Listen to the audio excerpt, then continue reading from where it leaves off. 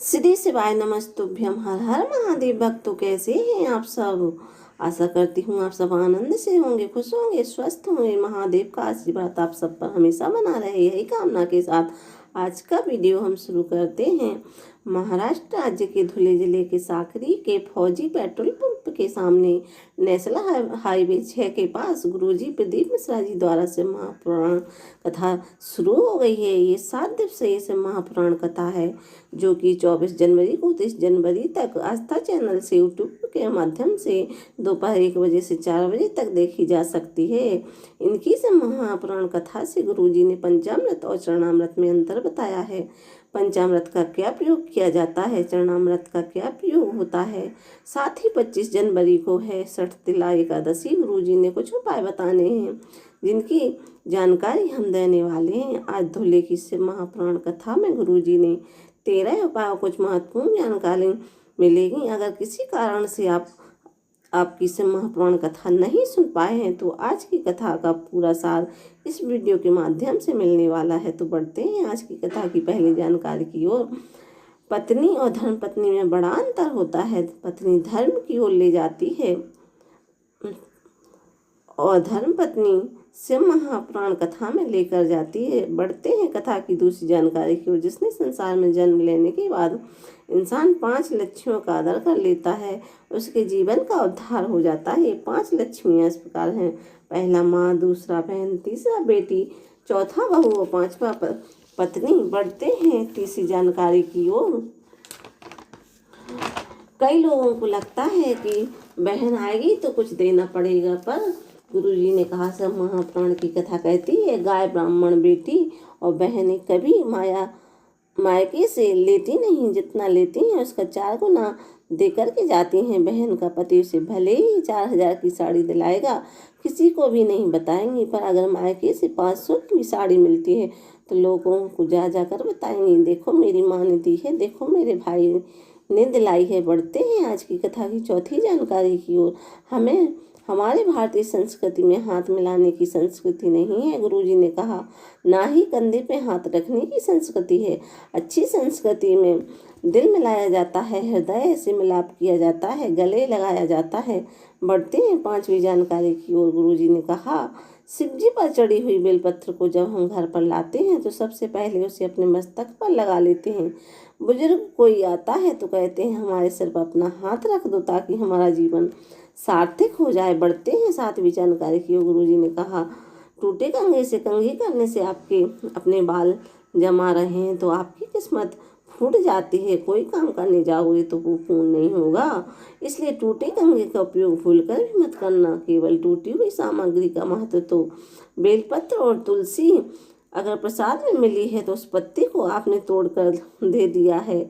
10 से 12 15 लोगों को तो एक टुकड़ा भी पूरी बेलपत्र का फल प्रदान कर देता है। बढ़ते हैं अगली जानकारी की ओर। पंचामृत पीकर हम जिस सिर पर नहीं लगाते हैं, जब हम पंचामृत लेते हैं और पीते हैं तो उस हाथ को हम उसे अपने हृदय से लगाते हैं। जब हम भगवान के चरणामृतों का चरणामृत पीते हैं तो उसे हाथ को मस्तक पर लगाना चाहिए, सर पर लगाना चाहिए, ताकि आपकी किस्मत की भाग्य की लकीरें बदल सकें। इसी तरीके से जब आप भगवान शंकर की जलाधारी से जो जल प्राप्त करते हैं तो आचमन करते हैं तो उस हाथ को अपने सिर से लगाना चाहिए, अपने मस्तक पर लगाना चाहिए, ताकि आपके भाग्य की किस्मत की रेखा बदल सके।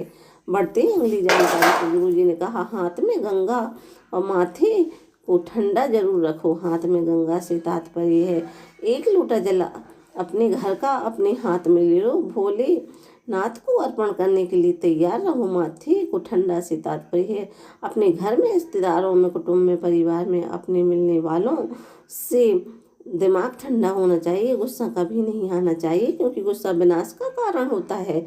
छोटी सी बात पर घर बिगड़ जाता है। बढ़ते हैं अगली जानकारी की ओर। 25 जनवरी को है शनिवार की षठतिला एकादशी। ये कुछ प्रमुख तिथियां हैं जो गुरुजी ने बताई हैं। जैसे 25 जनवरी को षठतिला एकादशी पड़ रही है, 27 जनवरी को सोमवार है, प्रदोष भी है, त्रयोदशी भी तिथि है और चतुर्दशी तिथि भी पड़ रही है। ये विशेष दिन है। 29 जनवरी को है मौनी अमावस्या, 30 जनवरी को है माघ नवरात्रि। बढ़ते हैं अगली जानकारी की ओर। षठतिला एकादशी 25 जनवरी को पड़ रही है। इसमें आप एक उपाय कर सकते हैं।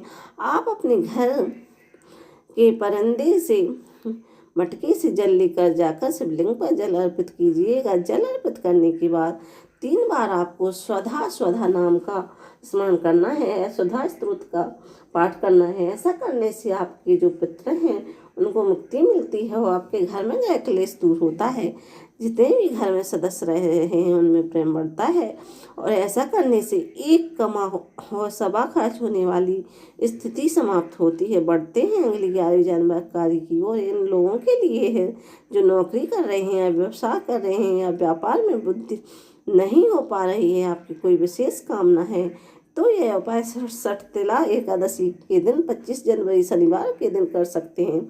आपको 1 लोटा गंगा जल ले लेना है या पर्याप्त मात्रा जल भरना है, उसमें कुछ मात्रा में गंगा जल डाल लेना है। आपको 7 बेलपत्र लेना है और बेलपत्र आज उसी जल कलश में डाल लीजिए। देखिए बेलपत्र कटी टूटी हुई ना हो, बेलपत्र जल कलश के अंदर डूबा हुआ हो, आपको इतना ध्यान रखना है। और डंठल टूटी हुई होना चाहिए बेलपत्र की। इस तरह से बेलपत्र आपको जल कलश के अंदर डाल लेना है। जब आप शिव मंदिर जाएं तो सबसे पहले आपको नंदी महाराज जो बैठे हुए हैं उनका जो उठा हुआ चरण है उस पर गंगा जल समर्पित कर देना है। श्री शिवाय नमस्तुभ्यं बोलते हुए गंगा जल पूरा समर्पित कर देना है और जो बेलपत्र है एक एक करते हुए शिवलिंग पर समर्पित कर देना है। पर ध्यान रखें बेलपत्र की जो डंडी है जहाँ आप बैठे हों उसकी डंडी उसके विपरीत दिशा में होनी चाहिए। इस तरह से आपको अपनी मनोकामना बोलते हुए उपाय करना है। बढ़ते हैं अगली जानकारी। ये जो 12 जनवरी की जो साकरी मास्टम कथा चल रही है वो 30 जनवरी को पूर्ण हो जाएगी। अगली जो कथा रहेगी वो 1 फरवरी से 7 फरवरी छत्तीसगढ़ में रहेगी। फिर 10 फरवरी से 16 फरवरी प्रयागराज से तुगा बाबा शिविर त्रिवेणी से महापुराण कथा रहेगी। इसके बाद अगली से महापुराण कथा 17 फरवरी से 23 फरवरी तारा बाबा कुटिया हरियाणा में, 25 फरवरी से 3 मार्च रुद्राक्ष महोत्सव सीहोर में होगी। सीहोर में रुद्राक्ष नहीं